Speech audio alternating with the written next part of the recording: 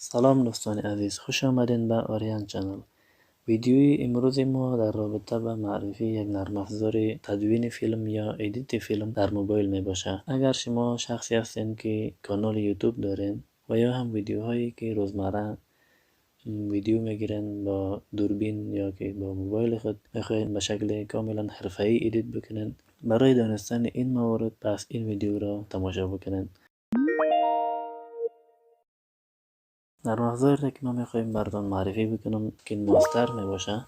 که ماستر یک نرم افزار البته رایگان نیست، پولی هست و اگر شما توانایی خریدنش ندارین میتونین در گوگل جستجو بکنین در نسخه مودی ای برنامه را و یا هم در زیر امی ویدیو در قسمت دیسکریپشن لینک کانال تلگرام خودم میمانم، از اونجا میتونین نسخه رایگان و بدون واترمارک این برنامه را دانلود کنید. خب میریم سری اصل مطلب تا که وقت ما زیاد ضایع نشه. در این قسمت موبایل علامه مثبت کلیک میکنیم. در این قسمت برای ما سه آپشن آمده، یک 16 بر 9 و دیگه 9 بر 16 است. در این دو قسمت ما زیاد کار داریم. قسمت یک بر یکش زیاد استفاده ندارم. ما فعلا سریم 16 بر 9 کار میکنیم در حالت لندسکیپ 16 بر 9 که از او استفاده میکنیم. کلیک میکنیم. وقتی که صفحه باز شده ما باید همون ویدیویی را که میخوایم ادیت بکنیم انتخاب بکنیم. در این فولدرها یک ویدیو را انتخاب میکنم. در اینجا ما میتونیم تمام کارهای خود سر ویدیو انجام بدیم. مثلا ما میخوایم که کاملا این ویدیو را سایلنت کنم و یک صدای دیگه برش اضافه کنم. برای سایلنت کردن این ویدیو بالای امی ویدیو کلیک میکنیم و در این قسمت طرف راست که میبینین علامه امو بلندگو یا لاسپیکر که است کلیک میکنیم و در بالا آدیو میتونیم که اینه آپشن تا آخرین در صفر برسانیم که صداش خاموش شود و یا هم تا بالا سر همو بلندگو کلیک کنیم که صدای ای خاموش شود. در قسمت که میبینیم در بالای ویدیو در سمت چپ علامه همو بلندگوی ویدیو هم کاملا علامه چلیپا سرش آمده که یعنی که سایلنت شده، میگه صدای ویدیو فعلا نمیبره، خاموش شده. ما میتونیم که حالا یک آهنگ دیگه ما یک صدا برش انتخاب میکنم. در قسمت آدیو کلیک میکنیم طرف راست. در اینجا از ما میخواد که یک صدا را انتخاب بکنیم. ما اینمی صدا را انتخاب میکنم. بله دوستان، آهنگ ما در اینجا امپورت شد. قسمی که میبینین آهنگ از حد ویدیوی ما هم درازتر بوده، طولانی تر بوده و در اون قسمتش خاموش شده و این آهنگ ما با این ویدیو تا زمانی پلی میشه که ویدیو باشه. اگر ویدیو وجود نداشته باشه آهنگ هم هیچ است، یعنی که تا جایی ما از صدای آهنگ شنیده میتونیم که ویدیو باشه. در قسمت ما میخوایم که جایی که ویدیو نیست آهنگ قطع شوه اون طرفش. ما در اینجا سر آهنگ کلیک میکنم و در قسمت در پایین میم دمو علامه قیچی را که میبینید بالای همون کلیک میکنم و در اینجا سه آپشن است برای ما. یکیش میگه که از همین جایی که ما سلیکت کردیم میگه تا چپ هر قدری که از حذف شود. من میگم که نه، برعکس شود، از همینجا به طرف راست دیگه طرف اضافیش میکنم حذف شود. آپشن موبایلی را که تریم تو رایت آف پلیت نشده کلیک میکنیم. بله دوستان، قسمت اضافی آهنگ حذف کردیم. خب حالا ما میخوایم که یک ویدیوی دیگه هم اینجا تا پلوی این ویدیو اضافه کنم. بله، در قسمت میدیا کلیک میکنم و یک ویدیو رو من انتخاب میکنم. بله، قسمی که میبینن این ویدیوی دومی ما هم اینجا امپورت شده و در اینجا در بین همین دو تا ویدیو یک علامه مثبت است. از طریق علامه مثبت ما میتونیم بین دو ویدیو یک افکت اضافه بکنیم. زمانی که از ویدیو اول به ویدیو دوم میریم باید مثل یک انیمیشن و یک چیزی اجرا شود. باید سر همون تکمه مثبت کلیک میکنیم. در اینجا قسمی که میبینن بسیار افکت های مختلفی هست اینجا. مثلا اما قسمت اول تراول اند اکتیویتی که نشته است کلیک کنیم. در اینجا باز تراول، در اینجا ای 0.5 1 1.5 2 اینا که سرعتی همین افکت ما را کم و زیاد میکنه. اگر سرعتش برای شما قابل قبول نیست شما میتونین که 2 5 3 بالاتر ببرین انتخاب بکنین سری همین ویدیو که هست. یک بار پلی میکنیم. بله دوستا، قسمی که دیدین افکت ما اجرا شد. ما میخوایم که یک افکت دیگه برش انتخاب بکنم. در اینجا اول ایرا نان قسمت بالا اول اگر بخوایم که هیچ افکت نداشته باشه باید نان کلیک کنیم. بله فعلا هیچ افکتی نداره. بازم بالای علامه مثبت کلیک میکنیم و در قسمت ما میخوایم که یک افکت دیگه برش انتخاب بکنم. در آخر ما میرم اون 3D ترانزیشن که میبینین. ما میخوایم که امی 3D فلیپ یک افکت خوب است ایرا انتخاب بکنم. بله ولی پلی میکنم. بله دوستا، قسمی که دیدین یک ترانزیشن یا یک افکتی بین دو تا ویدیو انتخاب کردم. ما میخوایم که بالای این ویدیو اول که پلی میشه یک چیزی نوشته کنم، مثلا یک نام نوشته کنم. در قسمت لیر که میبینین طرف چپ بالای تکست کلیک میکنم. در اینجا ما یک نام برش نوشته میکنم، مثلا آریان چینل. آریان چینل.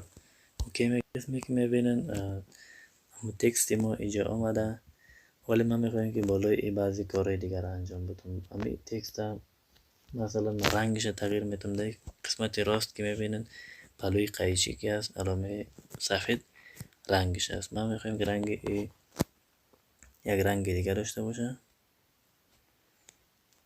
بله میخوایم که همین متن ما را بولد بسازم. در قسمت بالای حرف انگلیسی ای کلیک میکنیم. در اینجا انواع فونت های انگلیسی است، مثلا بولد است، رگولار است، ایتالیک است. هر کدومش که شما بخواید استفاده کردن میتونید.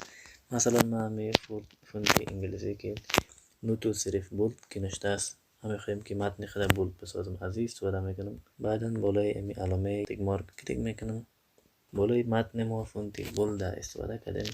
فعلا ما میخوایم که دمی متن ما یک افکت هم بدم. مثلا ما بالای متن کلیک میکنم، یک انیمیشن براش انتخاب میکنم. یک قسمت که میبینین این انیمیشن است، اوورال انیمیشن است، اوت انیمیشن. ما اول این انیمیشن رو انتخاب میکنم. وقتی که اول ظاهر میشه چه قسم باشه میگه. ما در اینجا امی پاپ انتخاب میکنم. بعدا اوت انیمیشن وقتی که از بین میره هم یک افکتی باید داشته باشه. بله ما دو تا انیمیشن برای متن خود انتخاب کردیم، یکی این انیمیشن و دیگه هم اوت انیمیشن، یعنی وقتی که میایه و وقتی که از بین میره. ما ولی پلی میکنیم.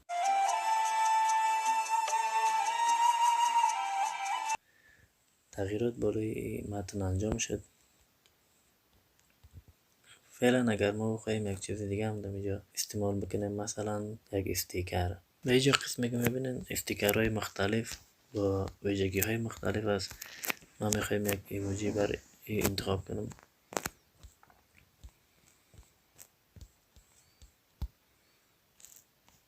بله دوستا، ما میتونیم که به استیکر خودمون یک انیمیشن انتخاب کنیم. مثلا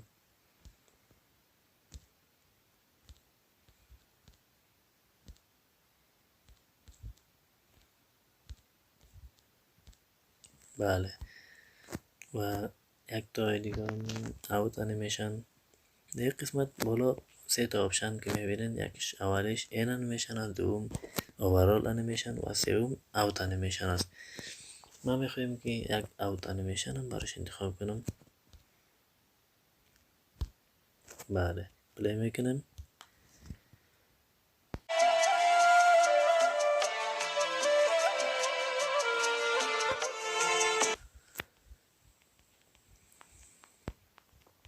خب دوستا، قسمی که دیدین ما یک متن در ویدیو نوشته کردیم و یک استیکر هم استفاده کردیم. چگونه ما میتونیم یک قسمتی از ویدیو خود بلور کنیم؟ یک جایی هست مثلا شماره تلفن است یا پسورد جیمیل تان است، محرمانه است، نمیخواین که وقتی تایپ بکنین در ویدیو کسی ببینه، مثلا میخواین همون حالت بلور کنین. فعلا ما به طور آموزشی همین کار بلور کردن انجام میدم.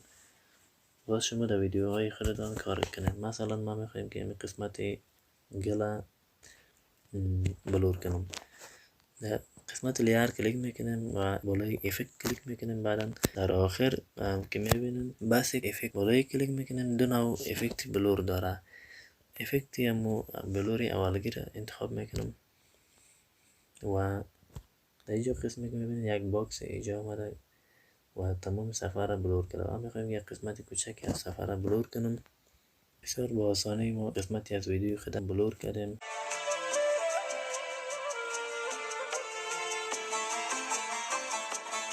بله دوستان، تا اینجا ما کارهای مختلفی را در این ویدیو انجام دادیم. مثلا متن ما نشته کردیم و از ایموجی استفاده کردیم و از استیکر استفاده کردیم و یک تا افکت بلور هم استفاده کردیم و یک فایل صوتی در ویدیو خود امپورت کردیم و یک افکت دیگه هم بین دو تا ویدیو انتخاب کردیم که از یک ویدیو وقتی که برای ویدیو میره یک افکتی باید اجرا شود، یک انیمیشن باید اجرا شود. این کارا را انجام دادیم. فعلا یک قسمت دیگه از تنظیمات همین کوین ماستر است که میخوایم براتون آموزش بدم. بعدا ویدیو خود تکمیل میکنیم که زیاد وقتتون نگیرم. بالای ویدیو کلیک میکنیم و در قسمت که میبینین تمام تنظیمات همین کوین ماستر میباشه. مثلا همین علامه قیچی که است 4 آپشن بر ما میده.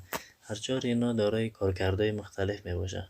مثلا ما اگر بخوایم که همین ویدیو را از این قسمتی که سلیکت کردیم تا طرف راستش بخوایم که حذف کنم، باید آپشن دوم انتخاب بکنیم، ترین تو رایت اف پلی هید.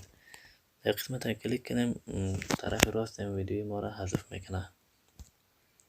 بله دوستان، در این قسمت چپ که میبینین در علامه است غیر ما کلیک کنیم، مثل کنترل سایت که در کامپیوتر میکنم عقب میبره، بس هم کار ما را برعکس میکنه. و این بالا قسمت بالاش که تریم تو لیفت آف پلی هید، از اینجا این را اگر کلیک بکنیم طرف چپ هرچی ویدیویی که هست حذف میکنه.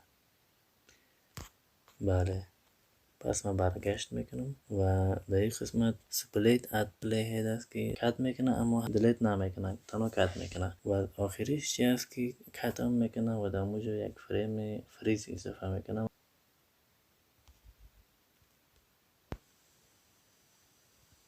بله، ما پلی میکنم ویدیو را ببینیم که چی اتفاق افتاده.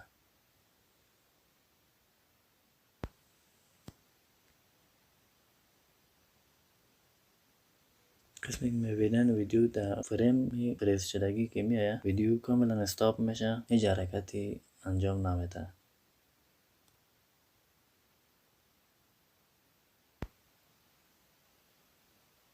وقتی که از اونجا میگذره بعدا شروع میشه. بله، ما میخوایم که دوباره برگشت کنم و در این قسمت که میبینین سپید است که سرعت ویدیو را زیاد و کم میکنه و میتونین که از این استفاده بکنین. و در این بالا که است تکمه علامه لاسپیکر که سیر کار کردیم که صدا را ویدیو را سایلنت میگد و روتیت و میرورینگ که است ویدیو را به راست و چپ و بالا و پایین میچرخانه. و در قسمت کالر فیلتر که است رنگ ویدیو را تغییر میده، ویدیو را به رنگ‌های مختلف و به حالت‌های مختلف تغییر میده که میتونن از این استفاده بکنن. مثلا ببینین من یکی از رنگ‌ها را انتخاب میکنم، ویدیو را سیاه و سفید میکنه.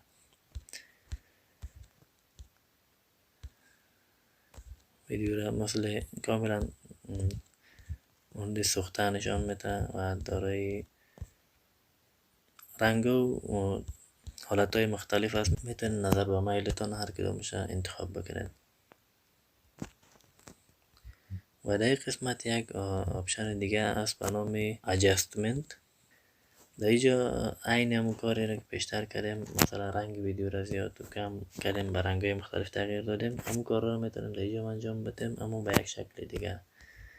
اولین آپشنش که است برایتنس است، روشنی صفحه را زیاد و کم میکنه. بله، روشنی ویدیوی ما را زیاد و کم میکنه. اگر ویدیوتان نوری کم داره میتونن از اینجا زیاد کنن. و در پایین که از کانترست است، وضاحت این ویدیوتان، هایلایت است، شادوز گین است، گاما است، لفت است. و در قسمت پایین که میبینین اپلای تو آل نوشته است، بالای ای اگر کلیک بکنین هر تغییری که بالای امی ویدیو آوردین بالای تمام ویدیوها امی اعمال میشه. و در قسمت که است یک آپشن دیگه به نام وایس چنجر است یا مهم است. مثلا یک وقتی ضرورت میشه که صدای ویدیو را تغییر بدین. مثلا میخواین که صدای خودتون صدای مرد بزرگ بسازین، صدای طفل بسازین یا صدای زن بسازین، اصلا صدای ربات بسازین، میشه. هر کدوم اونا را در اینجا آپشن های زیادی هست. مثلا وومن صدای زن است، ربات است، رادیو است، مین است، کید است، صدای مرد، طفل، زن، ربات و دیگه صداهای مختلف هست که میتونین شما استفاده بکنین. و در قسمت یک آپشن دیگه است ویگنت میگه. ویگنت مثل یک افکتی است در ویدیو. وقتی که اعمال بکنین اطراف ویدیو را یک سایه میندازه و تمام توجه های بیننده را به مرکز ویدیو جلب میکنه.